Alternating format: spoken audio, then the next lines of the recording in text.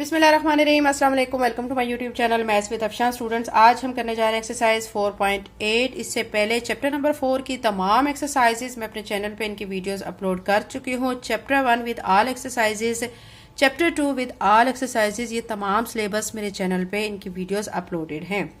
आज की वीडियो में एक्सरसाइज 4.8 का क्वेश्चन नंबर 1 स्टार्ट करेंगे। In a map of an industry, वो कह रहे हैं कि एक इंडस्ट्री का मैप है। Expression of area of rectangular verandah. Verandah बच्चों एक ओपन एरिया प्लेस को कहा जाता है, ठीक है। उसकी शेप कौन सी है? रेक्टेंगुलर शेप गिवन है। इज गिवन बाय, यानी उसका एरिया जो है वो आपको ये दिया गया है। फिर आपने फाइंड क्या करना है? आपको 4 चीजें फाइंड करनी है, ABCD, ठीक है। ए में आपको क्या फाइंड करना है? Expression for both dimensions of verandah. Verandah की जो दोनों डायमेंशंस है उनके लिए एक्सप्रेशन। फिर सेकंड पे आपने एक्सप्रेशन फाइंड करना है, वरेंडा का क्या निकालना है? पेरीमीटर फाइंड करना है। तीसरा आपने कॉस्ट ऑफ फेंसिंग वरेंडा जो है वो फाइंड करनी है।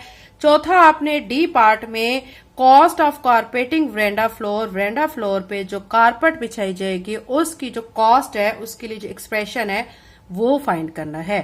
तो चारों पार्ट्स बच्चों 1 बाय 1 हम करेंगे। उम्मीद करती हूँ आपको क्वेश्चन की समझ आ गई होगी। इसके अलावा बच्चों अगर आप मेरे चैनल पे नए हैं और अगर आपने चैनल को अभी तक सब्सक्राइब नहीं किया तो काइंडली सब्सक्राइब करें, वीडियो को लाइक करें, बेल नोटिफिकेशन ऑन कर लें ताकि जैसे मैं वीडियो अपलोड करूं आपके पास नोटिफिकेशन आ जाए। एंड लिंक को बच्चों शेयर करें। जो नए यूट्यूबर्स होते हैं उनकी आप हौसला अफजाई किया करें, उनको सपोर्ट किया करें। आप सपोर्ट करते हैं तो वो आपके लिए मजीद मेहनत करके अच्छी से अच्छी वीडियोस आपके सामने लेके आते हैं। तो एक्सरसाइज 4.8 का क्वेश्चन नंबर 1 बच्चों हम सॉल्व करने जा रहे हैं। हमें एरिया गिवन है, उस एरिया की मदद से हमने बाकी चारों चीजें जो हैं वो क्या करनी है? फाइंड करनी है। तो सबसे पहले हम क्या फाइंड करेंगे? हम यहाँ पे डायमेंशन जो है वरेंडा की ए पार्ट में वो फाइंड करेंगे। तो क्वेश्चन नंबर 1 का ए पार्ट सॉल्व करते हैं। एक्सरसाइज 4.8 का क्वेश्चन नंबर 1 का बच्चों ए पार्ट में हमें फाइंड क्या करना है? हमने बोथ जो डायमेंशंस हैं वरेंडा की उसके लिए एक्सप्रेशन फाइंड करना है, ठीक है। हमें क्वेश्चन में क्या गिवन है? हमें गिवन है एरिया। तो सबसे पहले हमें जो एरिया गिवन है हम वो एरिया लिख लेते हैं, ठीक है। एरिया हमें खुद ब खुद क्वेश्चन में दिया गया है। क्या दिया गया है? x² -2x -3, ब्रैकेट स्टार्ट में भी है और लास्ट में भी है, क्लोज ब्रैकेट भी है, तो साथ में m² दिया गया है। एरिया का यूनिट m² होता है, ठीक है। अब हमने एक्सप्रेशन ये फाइंड करना है, वो डायमेंशंस जो है उसकी वरेंडा की उसके लिए एक्सप्रेशन को फाइंड करना है। उसके लिए बच्चों आप देखें, आपको मैं यहाँ पे रफ वर्क में बता देती हूँ। यहाँ पे साइड पे मैं रफ वर्क कर लेती हूँ। जैसे कि आप वो कह रहे हैं वरेंडा जो है वो रेक्टेंगुलर शेप में है। अब ये देखिए रेक्टेंगुलर शेप किस टाइप की होती है? ये देखिए ये रेक्टेंगल है ना, ये अब ये रेक्टेंगुलर शेप में वरेंडा है, ठीक है। अब इसकी ये साइड लेंथ कहलाती है, ये भी लेंथ है, और ये इसकी विड्थ कहलाएगी और ये भी इसके विड्थ कहलाएगी, ठीक है। अब एरिया जो है हमारा वो आपको पता है बच्चों किसके इक्वल होता है? एरिया इक्वल होता है लेंथ मल्टीप्लाई बाय विड्थ के, ठीक है। तो अब हम क्या करेंगे कि हमें जो एरिया गिवन है उसकी मदद से हम उसकी लेंथ और विड्थ को फाइंड कर लेंगे, ठीक है। वो उसकी डायमेंशंस कहलाएंगी। ये देखें, एक ये डायमेंशन होगी, एक ये डायमेंशंस होगी। तो हमने इन दोनों का जो एक्सप्रेशन है वो फाइंड करना है। आपको समझ आ गया होगा।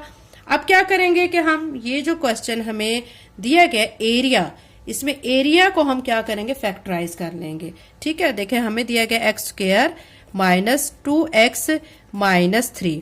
इसको फैक्टराइज करने के लिए बच्चों आपको ये चीज मैं पहले भी बता चुकी हूँ कि हमने पहली टर्म को तो ऐसे लिख देना होता है, लास्ट वाली को भी ऐसे लिख देना है। लेकिन इस पहली टर्म को अगर आप लास्ट वाली टर्म से मल्टीप्लाई करते हैं, ये एरो आपको समझाने के लिए बच्चों मैं बना रही हूँ, तो अगर मल्टीप्लाई करते हैं तो हमारे पास आता है -3x², ठीक है।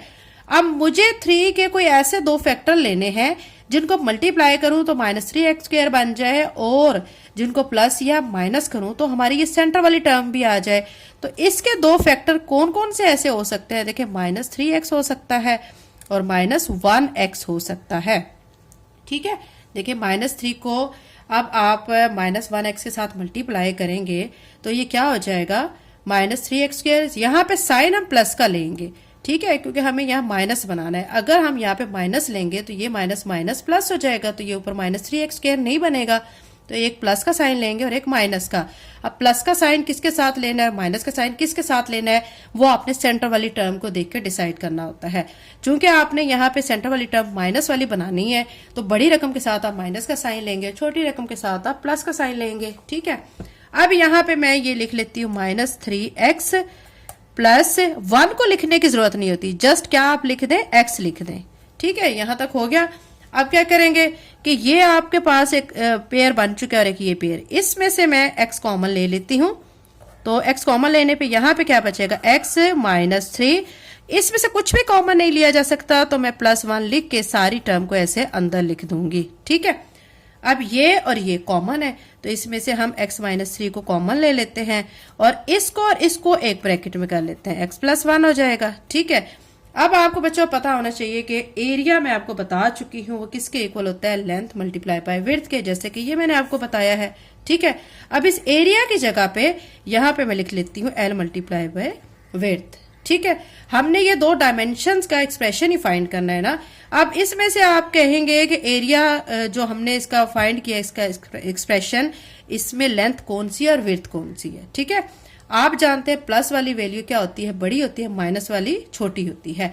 अब यहाँ पे देखें लेंथ जो है वो बड़ी है, विड्थ जो है वो छोटी है, तो इस हिसाब से लेंथ हम किसको फाइंड करेंगे, ये देखें x +1 इसको हम लेंथ कह लेंगे, लेंथ इसको L से रिप्रेजेंट कर लेंगे और x +1 लिख देंगे। ठीक है, और साथ में बच्चों इसके साथ हम m भी लिखेंगे। ठीक है, क्योंकि लेंथ का यूनिट क्या होता है, मीटर होता है।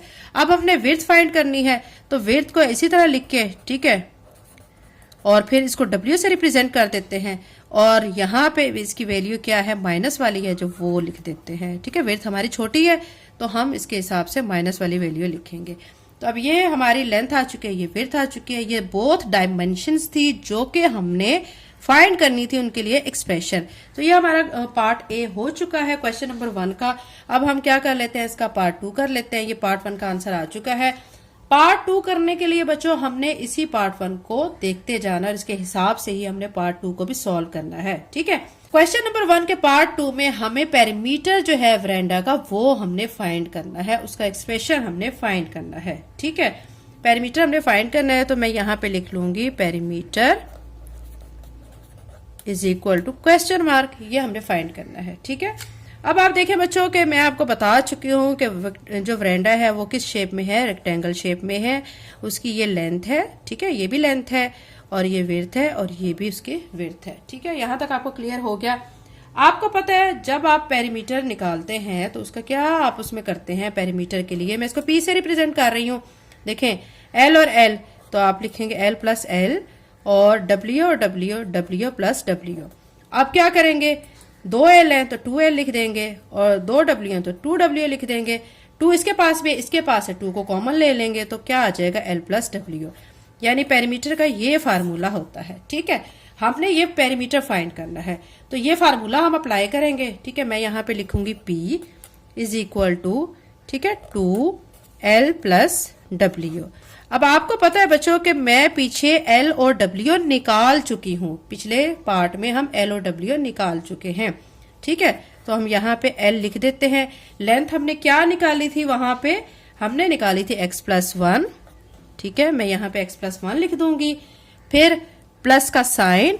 विड्थ हमने क्या निकाली थी, हमने x -3 निकाली थी तो यहाँ मैं x -3 लिख दूंगी, ब्रैकेट क्लोज कर दूंगी। ठीक है, अब क्या करेंगे कि ये 2 ऐसे लिखा रहने देंगे और यहाँ पे ब्रैकेट्स को खत्म करेंगे, x +1 प्लस x -3 लिख देंगे। अब ये 2 ऐसे ही रहेगा, ये x और ये x हो जाएगा 2x, -3 में से 1 को माइनस करेंगे तो -2 आ जाएगा। ठीक है, अब इस 2 को अंदर इसके साथ मल्टीप्लाई करें, 2 2 ज़ार 4x -2 2 ज़ार 4 आ जाएगा। पेरीमीटर के लिए बच्चों आप देखें कि यूनिट जो है वो मीटर का लगता है तो यहाँ पे साथ m लिख दें। ठीक है, ये पार्ट 2 इसका हो चुका है, इजी था, आपको समझ आ गया होगा। अभी हम पार्ट 3 कर लेते हैं। ठीक है, एक्सरसाइज 4.8 का क्वेश्चन नंबर 1 का पार्ट 3। अब हमने क्या करना है, हमने एक्सप्रेशन फाइंड करना है कि उसके वरांडा के गिर्द जो बाड़ लगाई जाती है, जो फेंसिंग की जाती है, उसकी कॉस्ट जो है 200 पर मीटर है। मीटर का मतलब हमने इसके पैरामीटर का फाइंड करना है। ठीक है, हमने क्या करना है कि यहाँ पे हम ये फाइंड करने के लिए, ठीक है, क्योंकि हमें 200 गिवन है, हम 200 लिखेंगे और इसको मल्टीप्लाई करेंगे जो हम पेरीमीटर अभी फाइंड कर चुके हैं। ये अभी अभी हमने पार्ट 2 में पेरीमीटर फाइंड किया है 4x माइनस 4, ठीक है। अब क्या करेंगे कि चूंकि हमें कहा गया है कि ये जो सारी टर्म है हमने 200 से मल्टीप्लाई करनी है, तो अब इसको 200 को 4 के साथ मल्टीप्लाई करेंगे तो ये 800 बनेगा, साथ में x आ जाएगा। 200 को 4 के साथ फिर मल्टीप्लाई करेंगे तो 800 आ जाएगा। साथ में आप RS भी लगा लें, ठीक है, क्योंकि हमें ये देखिए RS में कहा गया है तो हम यहाँ पे भी RS लगा लेते हैं, यहाँ पे भी RS लगा लेते हैं। तो ये बच्चों इसका क्या आ चुका है, एक्सप्रेशन आ गया। ये इसको हम ब्रैकेट में भी क्लोज कर लेते हैं। तो ये हमारा इसका पार्ट सी का आंसर आ चुका है, बहुत इजी था। अब हम इसका पार्ट डी कर लेते हैं। पार्ट डी में expression for cost of carpeting verandah floor. अब वरेंडा का जो फ्लोर है उस पर कारपेट लगानी है, ठीक है, कारपेट बिछानी है, उसकी कॉस्ट क्या होगी, मीटर स्क्वायर है। अब मीटर स्क्वायर के हिसाब से अब आप समझ जाएं कि हमने इसका एरिया जो फाइंड किया हुआ है, जो हमें गिवन है एरिया, ठीक है, हमने उसके हिसाब से फिर इस क्वेश्चन को सॉल्व करना है एरिया का, क्योंकि मीटर स्क्वायर किसका यूनिट है, एरिया का यूनिट है। तो एरिया हमारे पास क्या था, ठीक है, आप जानते हैं एक्स स्क्वायर, ये हमें क्वेश्चन में गिवन है -2x माइनस 3, ये एरिया है। अब हमने 250 इसके साथ यहाँ पे लिख देना है, सिंपल सा हमने करना है, साथ में RS लिख देना है। तो ये इसका एक्सप्रेशन आ गया है, ये इसका आंसर है, ठीक है। यानी पार्ट 3 जो है सी पार्ट, उसमें भी हमने जो पेरीमीटर निकाला था, पेरीमीटर हमारा ये था, ये लिख के इसके साथ 200 लिख के इसको मल्टीप्लाई कर दिया था।